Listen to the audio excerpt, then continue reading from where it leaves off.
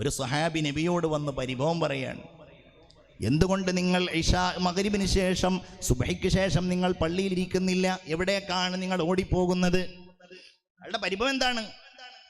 ആ മനുഷ്യന്റെ തൊട്ടടുക്കലുള്ള മുനാഫിഖായ മനുഷ്യന്റെ വീട്ടിൽ നിന്ന് ഒരു വലിയ ഈത്തപ്പന ഇങ്ങനെ വളർന്ന് ഈ മനുഷ്യന്റെ പറമ്പിലേക്ക് അതിങ്ങനെ ഈത്തപ്പഴങ്ങൾ പൊഴിഞ്ഞു ചാടാൻ കാരണമായിട്ടുണ്ട്.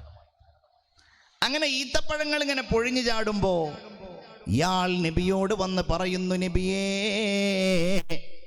എൻ്റെ മക്കൾ അതെടുത്ത് കഴിക്കുന്നുണ്ട്, ഞങ്ങൾക്കത് വലിയ പ്രയാസമാണ് നബിയെ, അതുകൊണ്ട് ഞാൻ അത് കാരണത്താൽ വലിയ ബുദ്ധിമുട്ടിലാണ് എന്ന് പറയാണ്. അപ്പൊ നബി എന്ത് ചെയ്തു? ഈ മനുഷ്യനോട് സംസാരിക്കുകയാണ്. ഇയാളോട് പറയുന്നു, മനുഷ്യ, ഒരു കാര്യം ചെയ്യാം, നിങ്ങൾക്ക് ഈ മനുഷ്യന് ആ ഭൂമിയും ആ ഈത്തപ്പന ഒരു ഈത്തപ്പനയല്ലേ ഉള്ളൂ, അതിങ്ങോട്ട് ഇയാളുടെ തോട്ടത്തിലേക്ക് ഇയാളുടെ പറമ്പിലേക്ക് വെക്കാൻ കഴിയുമോ? അപ്പൊ ഇയാൾ പറഞ്ഞു, പകരം എനിക്ക് വല്ലതും തരണം. നബി തിരുമേനി പറഞ്ഞു, പകരം നിങ്ങൾക്ക് ഞാൻ സ്വർഗത്തിലെ ഈത്തപ്പന തരാം. ഇയാൾ പറഞ്ഞു, സ്വർഗത്തിൽ എന്ത് ഈത്തപ്പന കിട്ടിയിട്ട് കാര്യം? ഇവിടുന്ന് വല്ലതും തരാനുണ്ടെങ്കിൽ തരൂ. ഇത് കേൾക്കുന്നുണ്ടായിരുന്നു അബൂദ്ദഹ്ദാഹ് റളിയല്ലാഹു അൻഹു. അദ്ദേഹം നബിയോട് ചോദിക്കുന്നു, യാ റസൂലല്ലാഹ്, ആ സ്വർഗത്തിലുള്ള ഈത്തപ്പന എനിക്ക് തരുമോ? പകരം ഞാൻ ഈ മനുഷ്യൻ എൻ്റെ തോട്ടം നൽകിയേക്കാം. ഈ മുനാഫിഖിനോട് അബൂദ്ദഹ്ദാഹ് കച്ചവടം നടത്തി, മദീനയിലുണ്ടായിരുന്ന തൻ്റെ തോട്ടം നൽകി.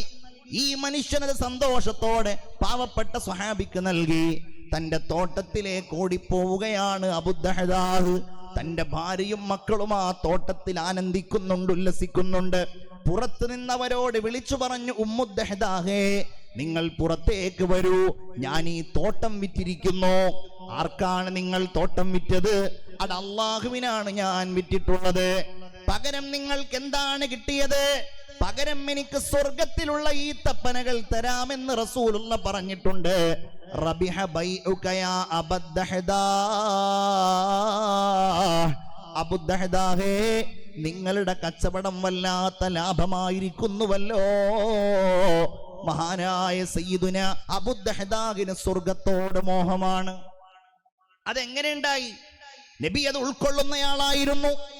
ഞാൻ നിങ്ങളോട് സാന്ദർഭികമായി പറയുകയാണ്, ഈ ദൗത്യം നിർവഹിക്കുന്നവരാണ് നമ്മളൊക്കെ. നമ്മുടെ മക്കളെ സ്വർഗത്തിലേക്ക് കൈപിടിക്കാൻ ആഗ്രഹിക്കുന്നവരാണ്. നമ്മളുടെ ഭാര്യയുടെ നന്മ കൊതിക്കുന്നവരാണ്. നമ്മളുടെ ഭർത്താവിന്റെ സ്വർഗം കൊതിക്കുന്നവരാണ്. നമ്മളുടെ മാതാപിതാക്കളുടെ സ്വർഗം നമ്മൾ ആഗ്രഹിക്കുന്നവരാണ്. അതുകൊണ്ട് തന്നെ നമ്മളുടെയൊക്കെ വലിയ ഉത്തരവാദിത്തമാണ്, നമ്മളൊരു കാര്യം പറയുമ്പോ, നമ്മളൊരു കാര്യം ആഹ്വാനം ചെയ്യുമ്പോ, മക്കളോട് നമ്മൾ സതുപദേശം നടത്തുമ്പോ നമ്മൾ ആ കാര്യം ഉൾക്കൊള്ളുന്നവരാകണം.